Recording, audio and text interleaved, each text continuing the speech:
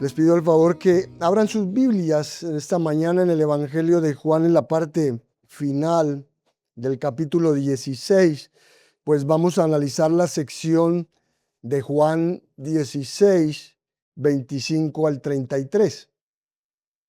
Y antes de analizar el texto en sí, permítanme decir que la palabra de Dios es verdadera, está libre de errores, es absolutamente correcta en todos sus mandamientos y es precisa en sus descripciones.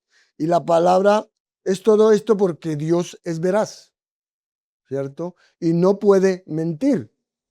Así no solo es verdadera cuando habla de asuntos morales o espirituales, también cuando lo hace en temas de ciencia e historia, pues el Dios creador de este universo y quien orquestó la historia humana para sus propósitos es el mismo Dios que se ha revelado en las Escrituras.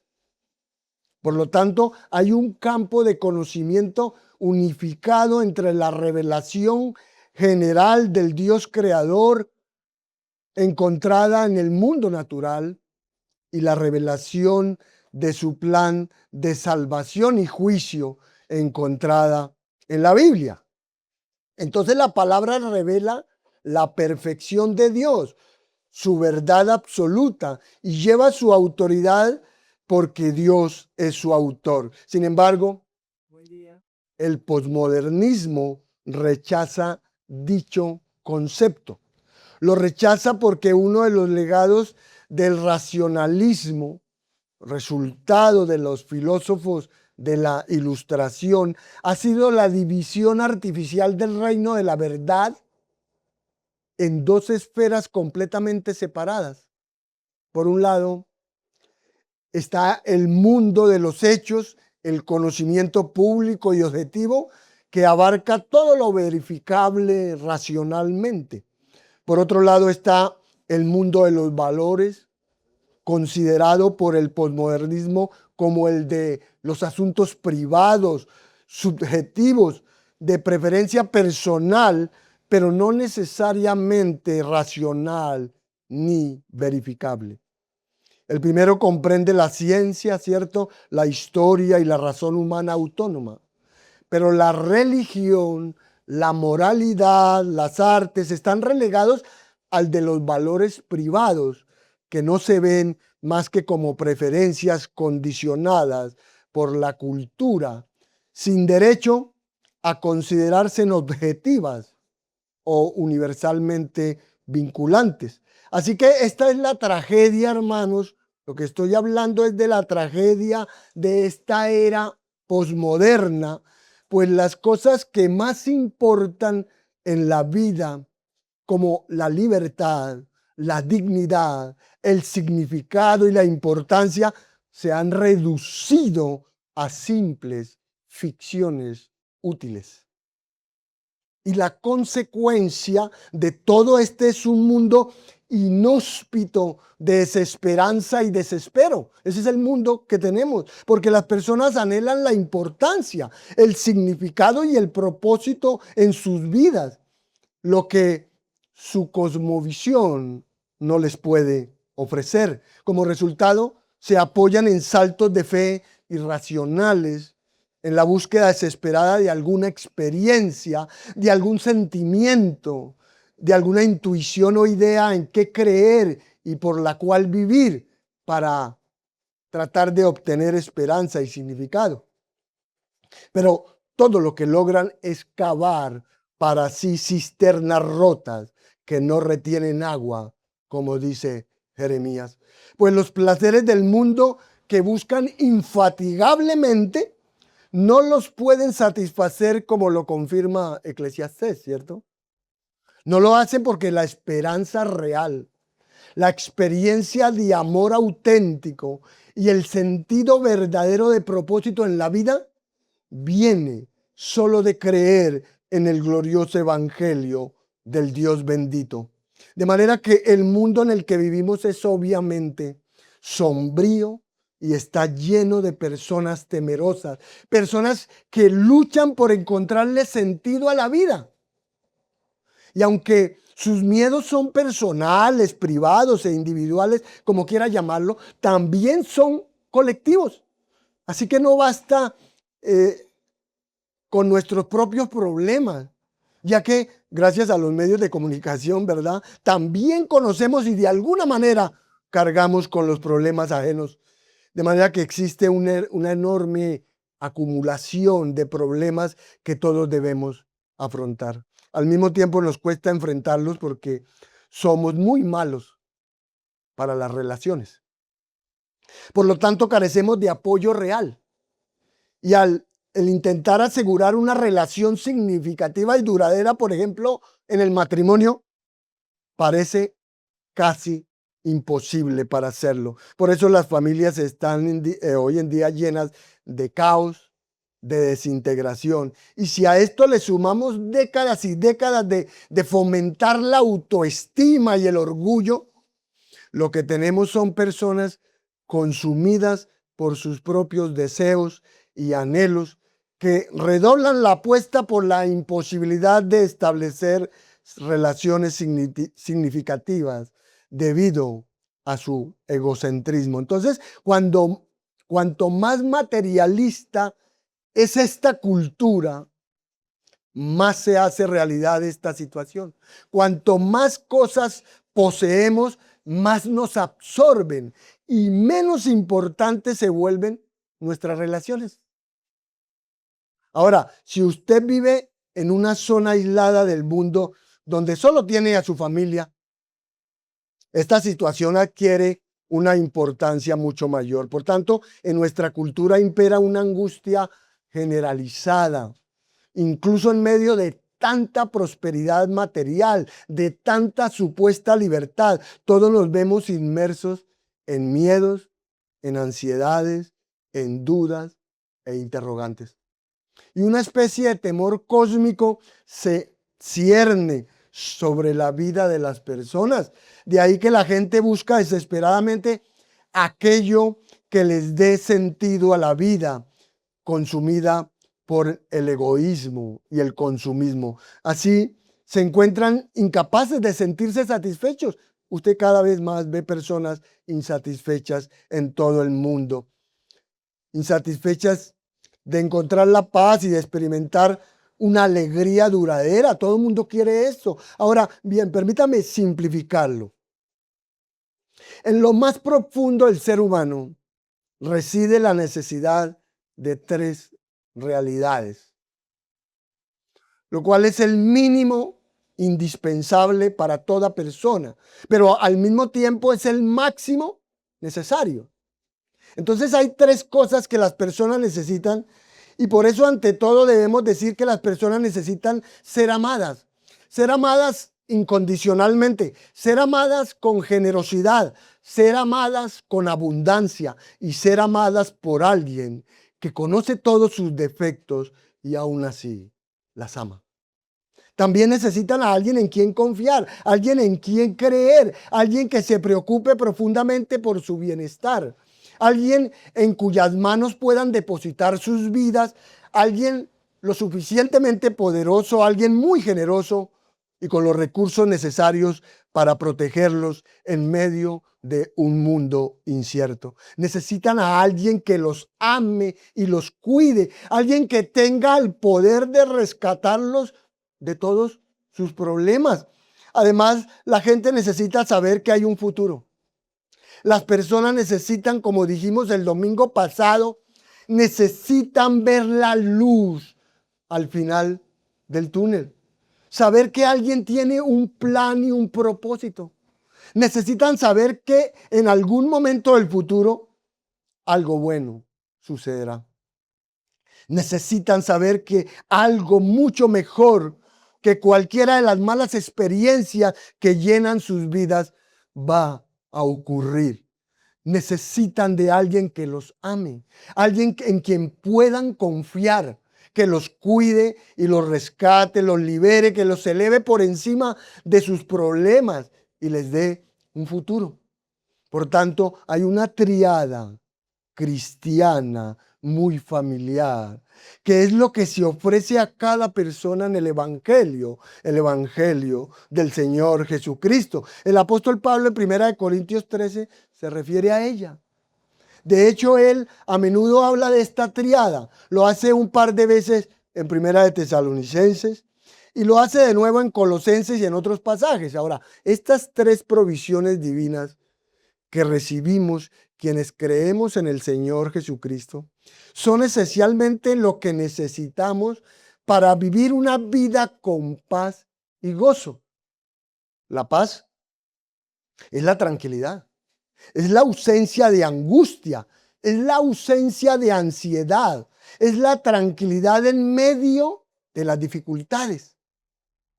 El gozo es la exuberancia, es la plenitud a pesar de las dificultades. Así que la paz y el gozo provienen de estas tres realidades. Entonces, al llegar al texto que tenemos para el día de hoy, encontramos que nuestro Señor va a decir las últimas palabras a sus 11 discípulos en todo este extenso discurso.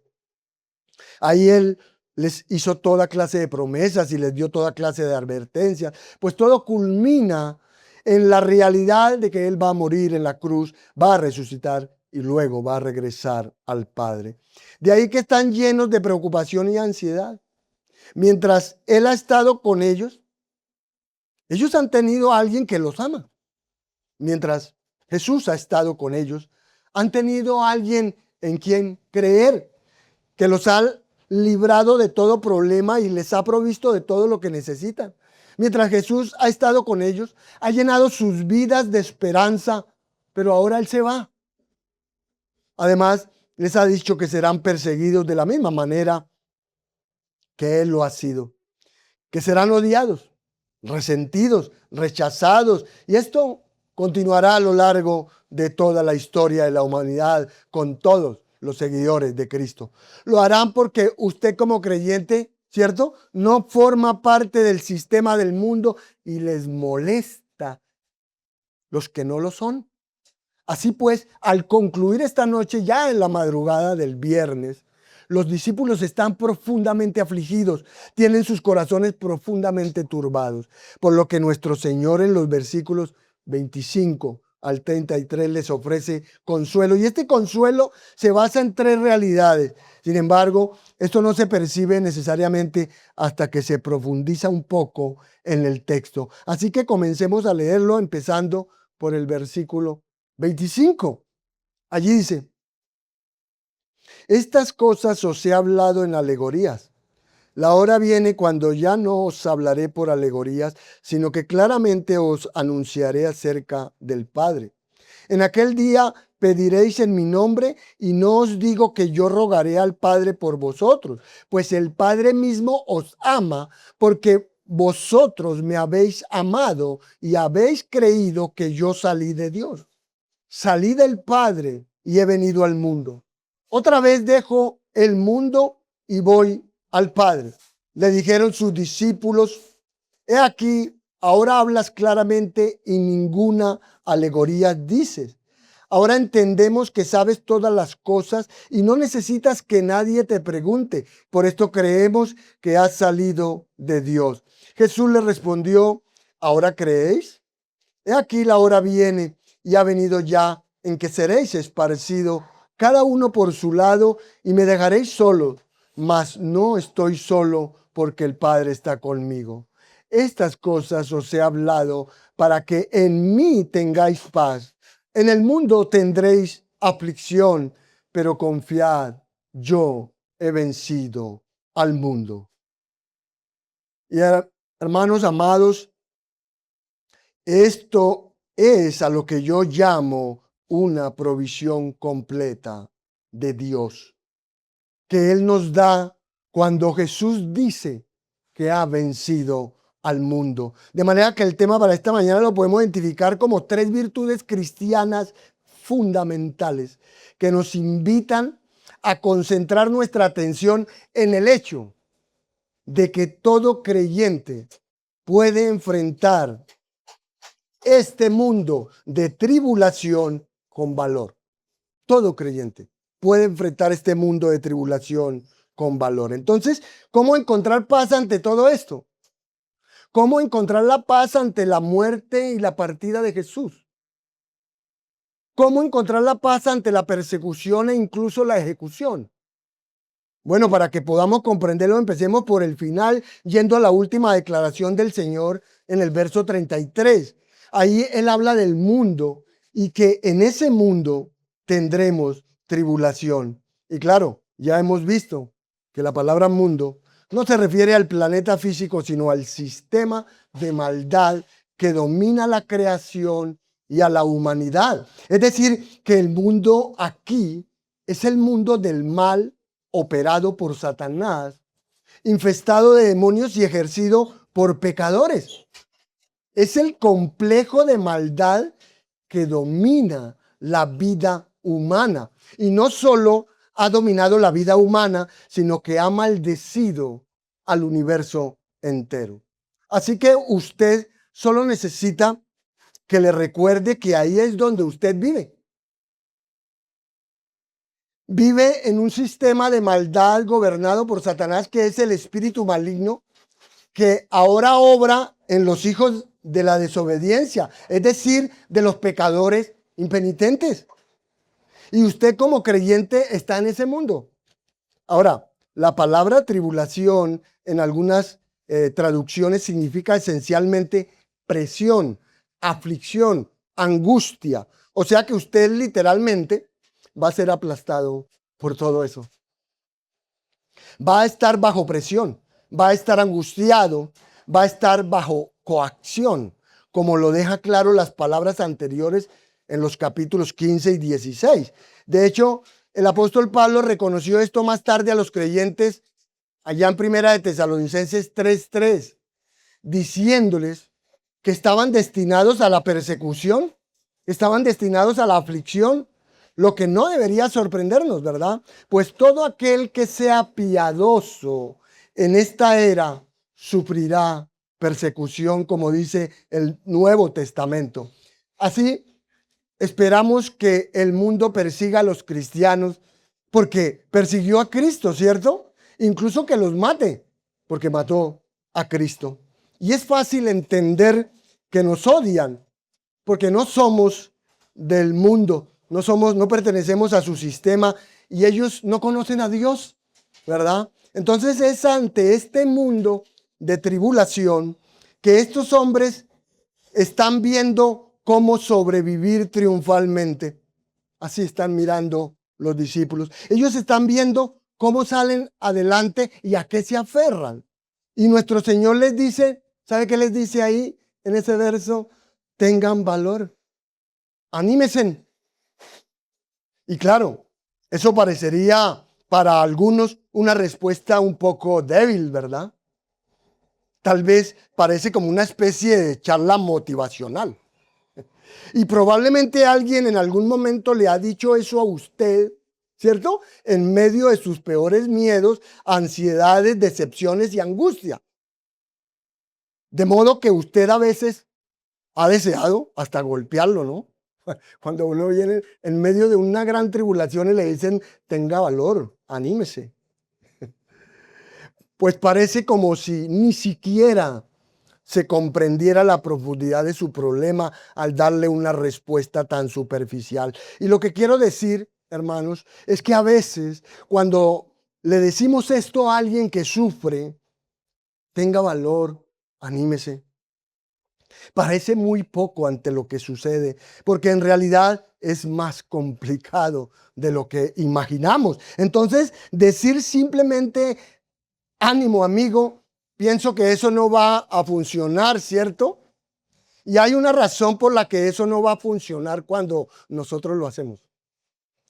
Y es porque cuando decimos esto, es claro que nosotros no tenemos absolutamente ningún control sobre las circunstancias, ¿verdad?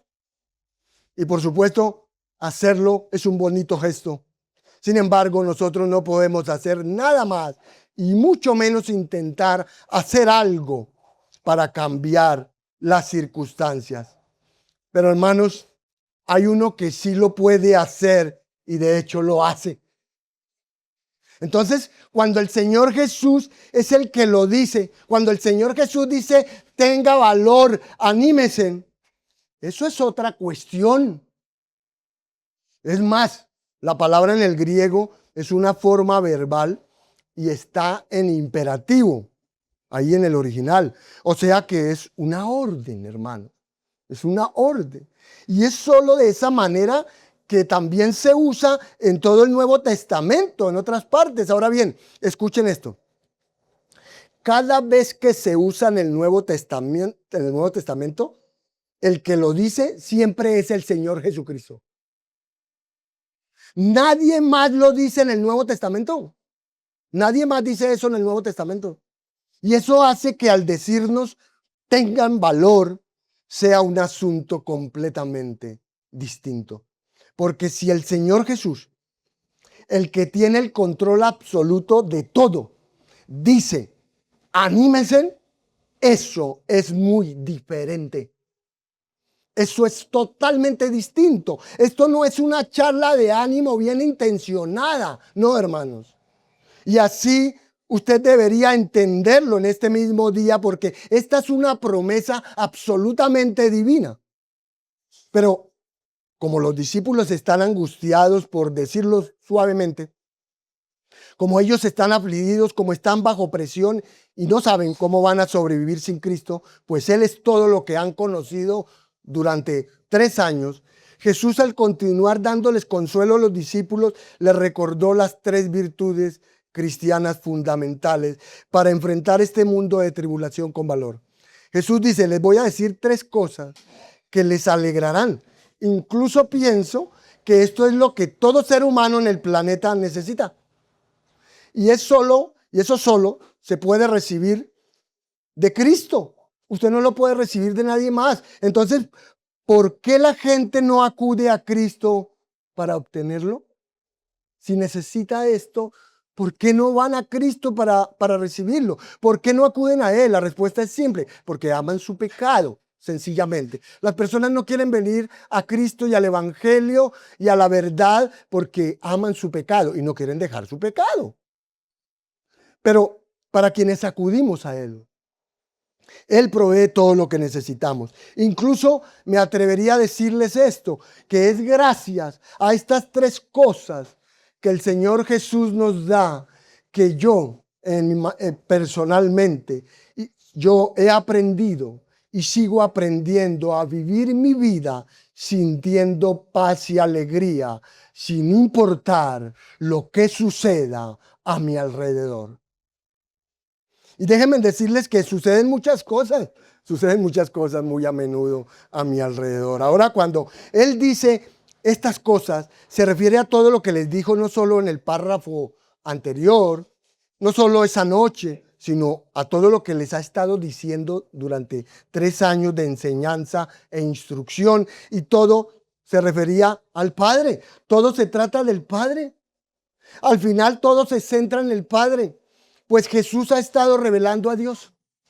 Jesús reveló al Padre. Dios se revela en Cristo. Ahí es donde se revela. Él es la plenitud de la deidad encarnada. En Él se personifican la sabiduría y la verdad de Dios.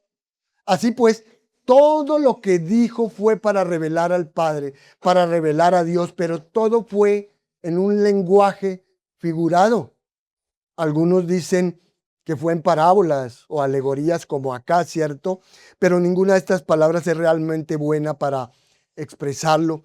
El lenguaje figurado es probablemente lo que más se acerca al original. La palabra original básicamente significa una declaración velada, una declaración directa pero velada. Es decir, una declaración que trae algo de luz, pero aún contiene algo de oscuridad. Por ejemplo, Jesús habló de ser la luz, habló de ser el agua, habló de ser el pan, habló del templo y de su cuerpo.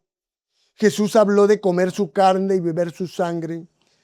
Dijo cosas como, antes de que Abraham existiera, yo soy.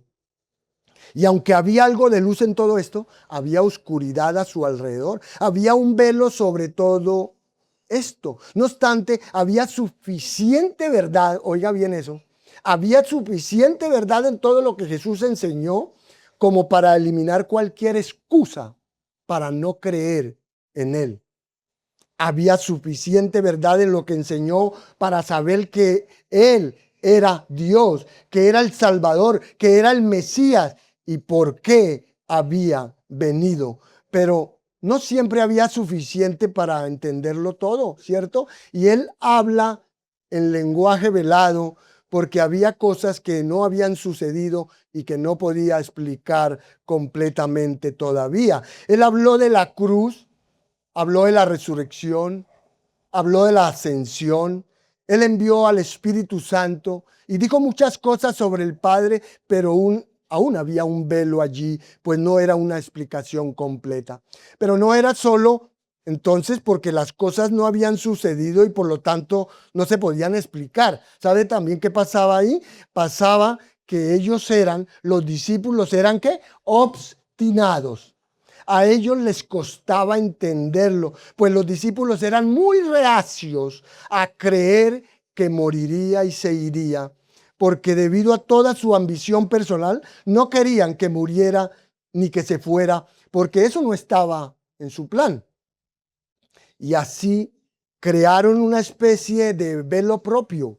Y luego también fueron velados, hermanos, por años y años de mala instrucción, de mala enseñanza, en un judaísmo apóstata que había creado estas expectativas, pero no había logrado instruirlos sobre la necesidad del Mesías, sobre la necesidad de su sufrimiento, de su muerte y de su resurrección. Así que por el momento no tienen claras muchas cosas los discípulos. Usted puede darse cuenta de eso simplemente si usted se pone en su situación, si usted se pone en el lugar de ellos, sabiendo que no tienen el Nuevo Testamento, sabiendo que la cruz no ha ocurrido, ni la resurrección se ha producido y que el Espíritu Santo no ha venido, ahí creo que usted como yo estaríamos luchando y tratando de interpretar todo lo que Jesús dice a la luz de lo que aún no ha sucedido. Pero Él dice, viene la hora en que ya no les hablaré en parábolas, sino que les hablaré claramente del Padre. Y la pregunta es, ¿qué hora es esa? Bueno, no podría ser después de la resurrección o durante los 40 días entre la resurrección y ascensión cuando les habló acerca del reino, sino que, como ya dijimos, la mejor explicación es la hora en que el Espíritu Santo es enviado. Ahora bien, piénselo de esta manera. Jesús hablaba en lenguaje velado. Jesús hablaba en parábolas, ¿verdad? Y las parábolas ocultaban la verdad. ¿A quién? A quienes no recibían una explicación como castigo, pues las parábolas debían explicarse a los discípulos. Y eso era parte de su instrucción inicial. Y el dato interesante que usted debe saber acerca de las parábolas es que nadie más en el resto del Nuevo Testamento, desde el final de los evangelios, nadie más da una parábola. Pues todas las afirmaciones del Nuevo Testamento son afirmaciones directas y sencillas, proposicionales de la verdad, de modo que el velo ha caído y todo se ha revelado. Después de la cruz, la resurrección, la ascensión y después de la venida del Espíritu Santo, el Espíritu Santo mora en la vida del creyente como su maestro e inspira la escritura del Nuevo Testamento donde se quitan todos los velos, de modo que ahora tenemos el libro de los Hechos hasta el libro del Apocalipsis para explicar todo lo que Jesús introdujo en los evangelios. Ahora, tenemos estos 27 libros que disipan todo misterio, borran toda oscuridad y lo convierten todo en luz. Por eso ahora podemos hablar con el Padre personalmente. ¿Sí sabía? Ahora el Espíritu Santo habita en nosotros. Podemos dirigirnos directamente al Padre. Y esto es realmente asombroso para el pueblo judío porque Dios siempre estaba distante y velado.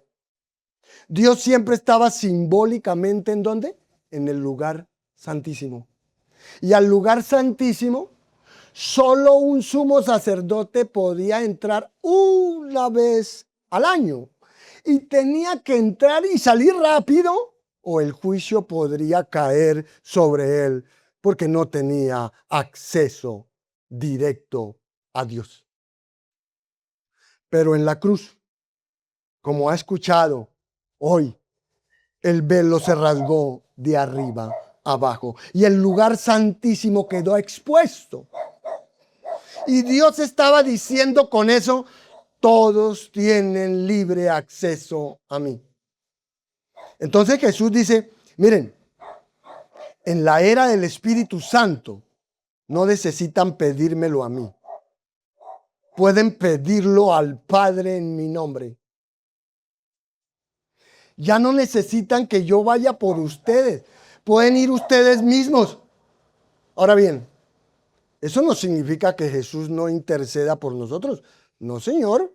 Pues Él intercede por nosotros en asuntos sobre los que no tenemos entendimiento, sobre los que no tenemos conocimiento, ¿cierto? Ni sabiduría. Ahí intercede nuestro Señor Jesús. Pero lo que deseamos de Dios, podemos pedirlo directamente.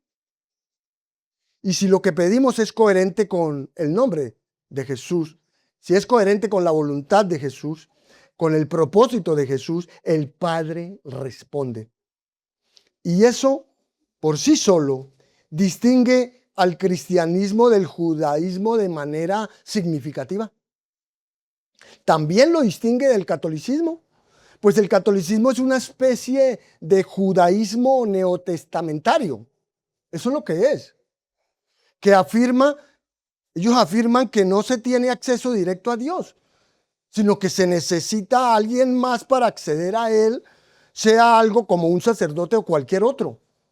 Pero esa es una perspectiva del Antiguo Testamento que han enseñado durante siglos y siguen enseñando hoy, es en especial usando a María, ¿no? Pero la gracia redentora de Cristo, hermanos, la gracia redentora de Cristo se le confiere a todo aquel que se arrepiente y cree en Jesús sin la necesidad de cooperación de nadie. Por tanto, hermanos, el mismo Señor Jesucristo nos dice incluso aquí, ¿cierto? Y muchas veces, que no lo necesitamos a Él, y mucho menos a algún otro. Nos dice que podemos ir directamente al Padre en su nombre. Y claro, el Señor Jesús dice, yo intercederé por ustedes y viviré siempre para interceder por ustedes en asuntos que desconocen. Yo siempre pelearé la batalla en el plano divino por ustedes, pero ustedes tienen acceso completo a Dios. Ahora usted dirá, pero ¿cómo podríamos recibir tal privilegio? ¿Cómo es posible que se nos conceda algo así? ¿Será que somos muy nobles para recibirlo?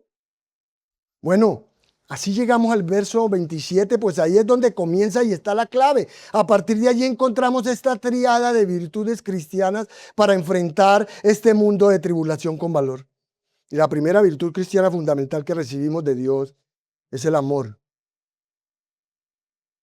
Desde el 25 al 27a especialmente está. ¿Por qué tenemos este privilegio? Porque el Padre mismo nos ama. ¿Por qué recibimos todo esto? Porque Dios nos ama. Dios nos ama para que podamos acudir a Él y pedirle cualquier cosa que esté en consonancia con el propósito del Señor Jesús. Y saber que la recibiremos, ¿verdad? Esa es una verdad maravillosa y muy asombrosa, saber que todas las riquezas del cielo están a nuestra disposición y todo lo bueno que Dios quiere concedernos, lo tenemos gracias a Cristo. Y por supuesto, Dios ama al mundo entero en un sentido general, pero Él ama a los suyos hasta el fin, dijo, ¿cierto? Él ama a los suyos hasta la perfección. Él nos ama de una manera especial. Y es aún más especial de lo que podemos percibir nosotros. porque la palabra usada ahí para amor, aquí en esta parte, no es la que suele ser usada para hablar del amor divino, supremo y sacrificial de la voluntad. No, no es esta palabra. Es el verbo griego filé o fileo, que es una palabra para hablar de ¿qué? De amor fraternal. Así que esto es amor familiar. Lo que está hablando aquí es amor familiar. Esto es afecto profundo.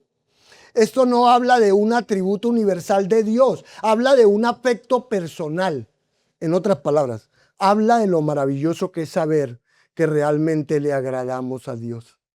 Nosotros los creyentes, realmente le agradamos a Dios. Saber que Dios se siente atraído por nosotros. Qué maravilloso es saber que Dios quiere colmarnos de todos los beneficios y bendiciones que su afecto puede brindarnos. Y este es un amor presente, porque Él lo ama a usted continuamente con un profundo afecto.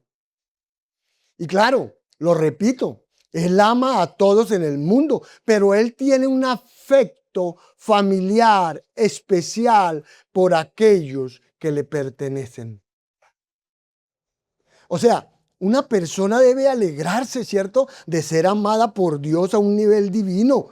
Pero esto que estamos diciendo acá va más allá de eso. Entonces, me asombra que Dios tenga un afecto cálido, tierno y profundo, que lo tenga siempre. Me asombra eso. Que nunca disminuya. Me asombra eso. Y que lo reserve solo para aquellos que le pertenecen. Eso me asombra. Eso realmente lo impresiona a uno. Y como resultado de eso, Dios me colma de todo lo que ese afecto tiene disponible. Y eso significa que se puede vivir la vida solo con eso. Usted necesita más cosas aparte de Cristo, del amor de Dios. Está mal. Se puede vivir solo con eso. En otras palabras, puede que yo tenga o usted tenga a mucha gente que lo ame. Pero si Dios lo ama, si Dios me ama de esa manera como estoy describiendo, yo estoy bien, realmente estoy muy bien. Y aquí es donde está la buena noticia. Aquí es donde hay una gran noticia. Pues esto dice que Dios nos ama así, ¿cierto? Nos ama aunque sabe todo sobre nosotros. Y le digo esto, escuche, usted puede lograr que la gente lo ame si no le cuenta todo acerca de usted. ¿Cierto? Si usted no le cuenta todo acerca de usted a la gente lo va a amar muchísimo. Porque cuando usted empiece a contarles todo acerca de usted, el grupo se reduce. Pero con Dios no es así, hermano. Con Dios no es así. Con Dios es diferente. Porque Él lo ama a pesar de que sabe absolutamente todo sobre usted. Él sabe sobre toda su infidelidad. Él sabe sobre todo su espíritu crítico. Él lo sabe. Sabe sobre toda su amargura. Y sabe sobre todo su pecado. Sin embargo, usted le agrada y siente por usted un afecto profundo e infinito. Y esto es algo increíble. Ahora bien, ¿cómo recibimos este amor? ¿Cómo es que recibimos este amor? Tan maravilloso, ¿verdad? Bueno, ahí el Señor Jesús dice que el Padre mismo nos ama porque nosotros lo amamos a Él. Y tal vez alguien se esté preguntando, ¿cómo logra que Dios lo ame así? ¿Cómo logra que Dios lo colme de afecto, que lo cuide y que derrame todos los recursos del cielo a su favor, aunque no sea perfecto? ¿Cómo lo hace? Bueno, la respuesta es tan clara como puede ser. Jesús dice que es amándolo a Él. Usted ama a Jesús y el Padre lo ama a usted. Sencillo. El Padre dice, este es mi Hijo amado. Escúchenlo. Este es mi Hijo amado en quien tengo complacencia. Si usted ama al Hijo que Dios ama, entonces Dios lo ama. Así es como usted entra en el amor de Dios. Es amando a su Hijo. ¿Ama usted al Hijo de Dios? Si lo ama, entonces será amado por Dios. Eso es exactamente lo mismo que se afirma en el capítulo 14, allá en los versos 21 y 23. ¿Quiere usted que Dios lo ame con un amor incondicional? Entonces ame a su Hijo. Por cierto, eso es lo que significa ser cristiano. Si no lo sabía. Eso es lo que significa ser cristiano. Ser cristiano no significa pertenecer a una organización. Ser cristiano no significa pertenecer a una tradición. Ser cristiano significa amar al Señor Jesucristo. Significa amarlo con un amor que lleva a un servicio y a una adoración obedientes. ¿Desea usted ser amado al más alto nivel? ¿Desea ser amado de la manera más magnánima? ¿Desea ser amado por aquel que más tiene para dar? ¿Desea ser amado por Dios? Entonces ame a su Hijo Jesucristo. Ame a su Hijo y vivirá en la riqueza de ese amor toda su vida. Porque escuche esto, las personas pueden entrar y salir de su vida. Las personas van a entrar y van a salir de su vida. Las personas podrán amarlo. Las personas también podrán volverse en su contra y pueden decepcionarlo. Pero en cuanto a Dios, usted será amado por aquel cuyo amor jamás cesará ni disminuirá. Nunca. Y si una persona tiene un amor así, puede soportar cualquier cosa que venga. Puede soportar lo que sea. Pablo dijo, en las peores circunstancias, para mí vivir es Cristo y morir es ganancia. Y él lo dijo porque simplemente entró en la abundancia de ese amor eterno. De hecho, es difícil vivir sin amor. La gente necesita amor, inclusive cualquier tipo de amor, pero ¿por qué conformarse con algo temporal, fluctuante, condicional y superficial cuando usted puede ser amado por Dios? Cuando puede ser amado por aquel que lo sabe todo sobre usted y le ama plenamente de todo modo. Pienso que no hay razón para perder ese amor. La segunda virtud cristiana fundamental que recibimos de Dios para enfrentar con valor este mundo de tribulación es la fe. Versos 27, segunda parte, al 32 podría ser. Entonces, la segunda provisión que nos permite animarnos y tener valor es la fe. Pues ahí en la segunda parte del verso 27 dice a los discípulos que ellos no solo lo han amado, sino que ¿qué? Sino que también han creído que Él salió del Padre. Y esto es importantísimo, aunque yo no lo pueda enfatizar lo suficiente.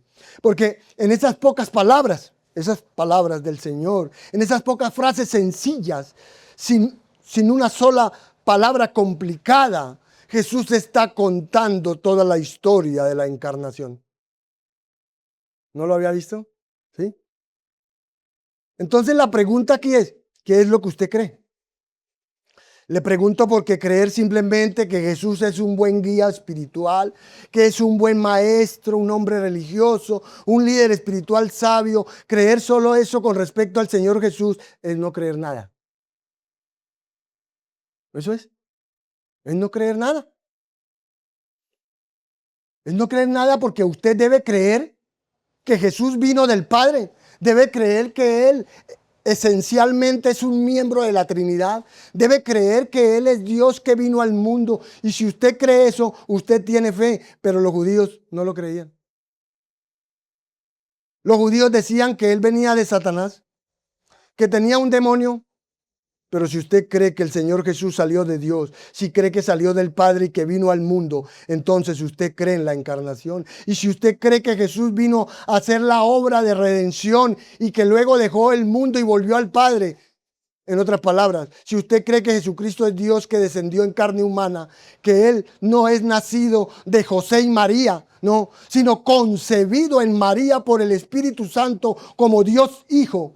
Si usted cree que Jesús vivió una vida perfecta, murió una muerte expiatoria, resucitó físicamente entre los muertos y ascendió de nuevo al cielo. Si usted cree en el Evangelio y en los hechos del Evangelio, entonces usted cree en el propósito de Cristo. De manera que la base de lo que creemos, de que Cristo descendió, de lo que creemos es que Cristo, descendió como Dios a este mundo e hizo su obra de redención y luego regresó al Padre. Por tanto, esas pocas y sencillas palabras abarcan desde el cielo hasta la tierra y de vuelta al cielo. Porque ningún poder hostil obligó a Jesús a abandonar el cielo, ¿no? Y ningún poder hostil en la tierra lo hizo regresar, tampoco. Él vino por su propia voluntad, por la voluntad del Padre y por el propósito del Espíritu. Él vino y realizó su obra y luego lo regresó en perfecta armonía con la voluntad de Dios y con la misión que la Trinidad le había encomendado. Entonces, por sencillas que parezcan esas palabras, su alcance es infinito. Son desde la eternidad hasta la eternidad con la encarnación en medio. Este es el plan redentor y eso es lo que creían.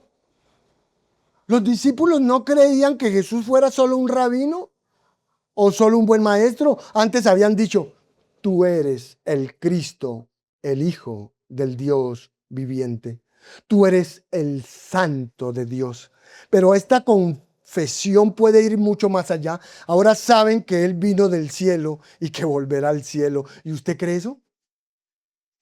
Porque eso es lo que tiene que creer.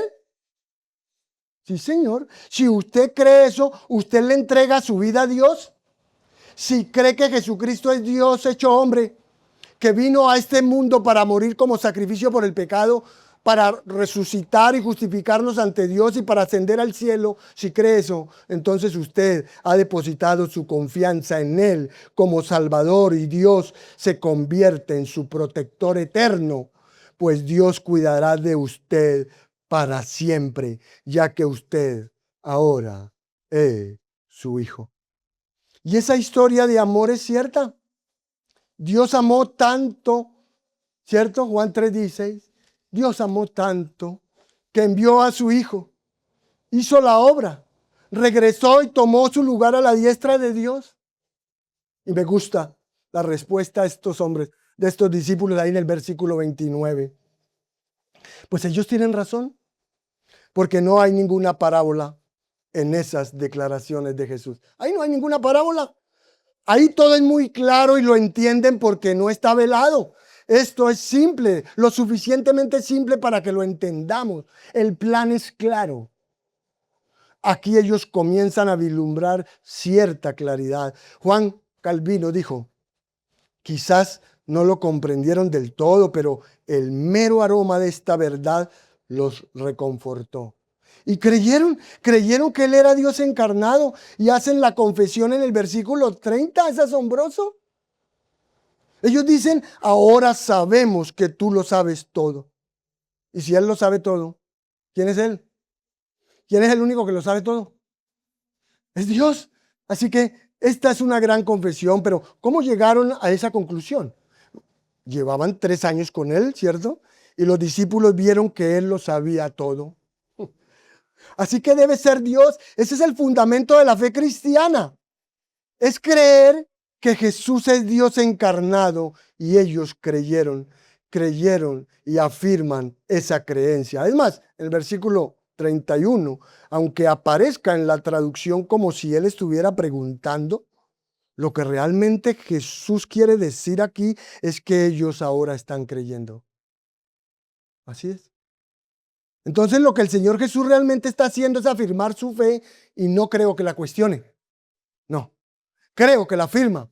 Ellos creían lo correcto. Creían que Él era Dios en el mundo. En ese momento lo están creyendo, pero ahí no termina el capítulo, ¿cierto? Porque se acerca otra hora y es la hora en que huyen. ¿Cuándo fue eso? Tal vez un par de horas después de esta declaración.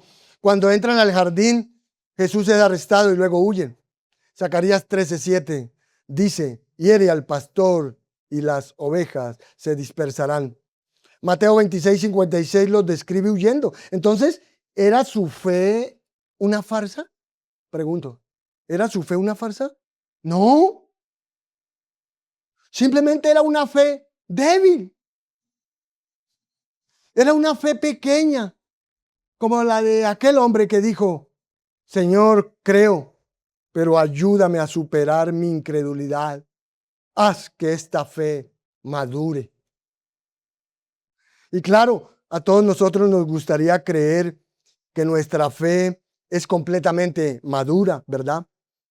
¿No le gustaría creer eso?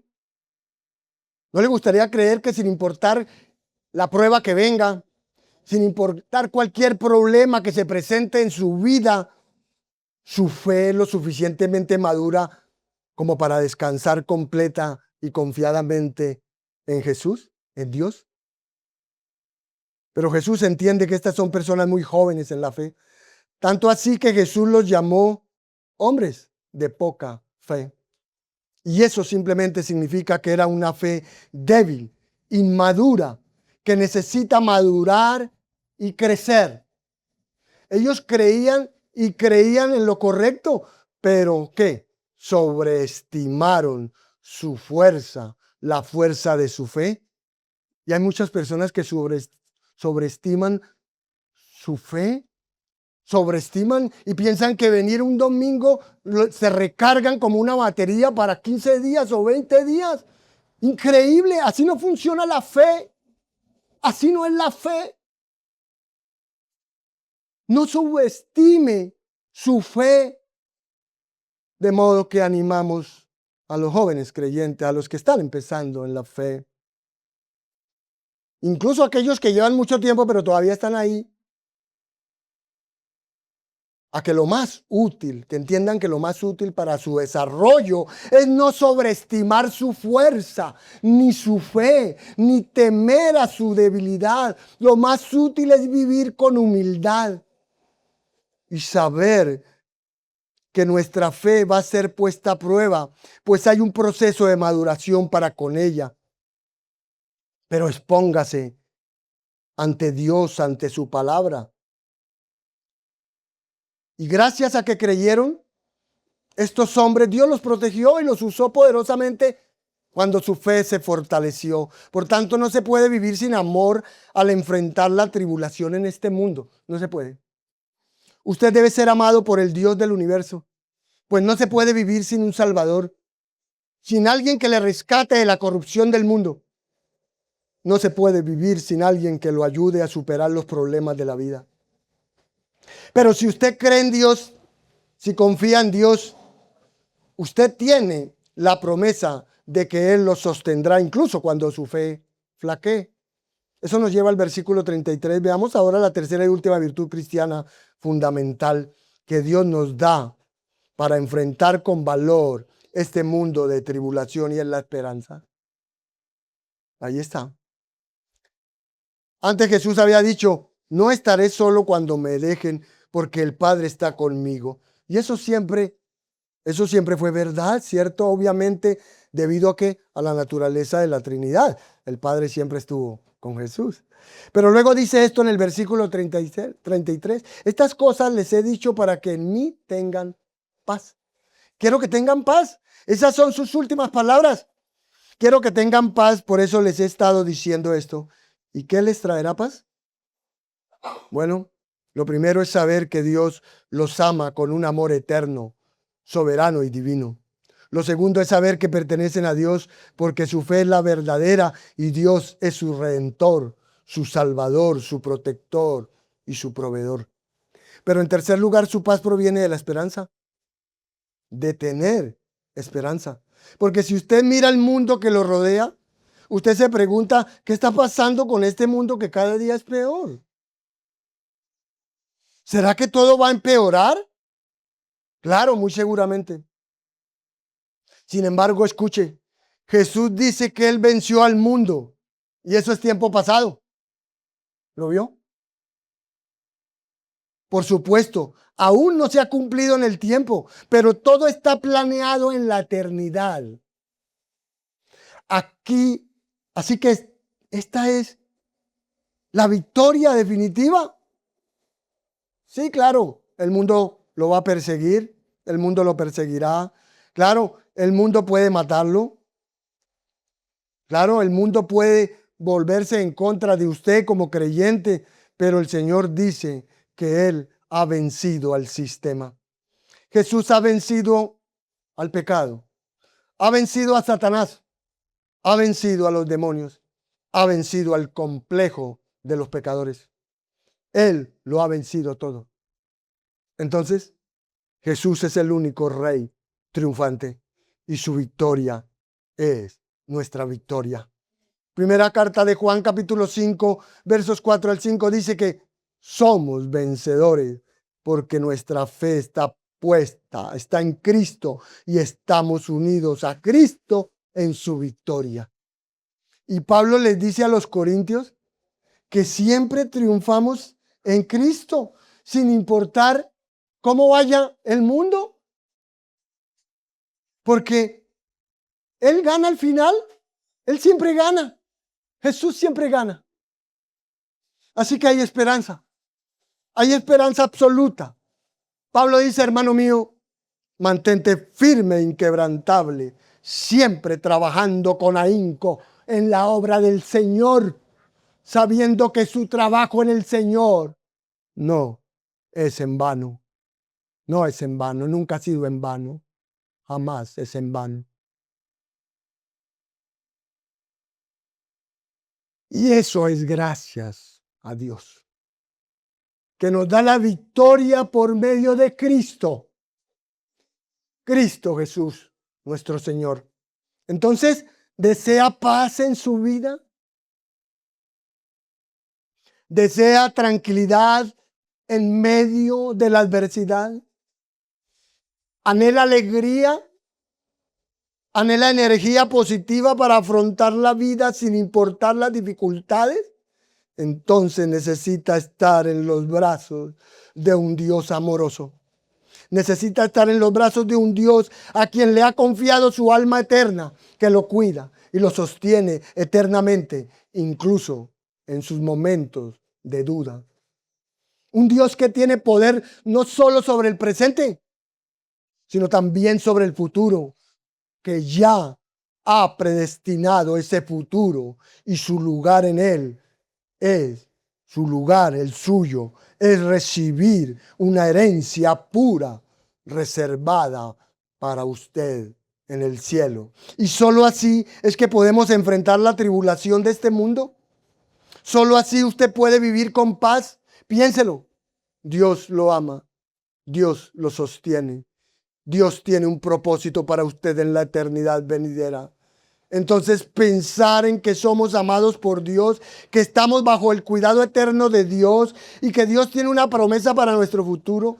Pensar que en Dios tenemos amor, tenemos fe y tenemos esperanza. En realidad, eso es todo lo que necesitamos para enfrentar la aflicción. Eso es todo lo que usted necesita. Usted necesita ser amado por Dios.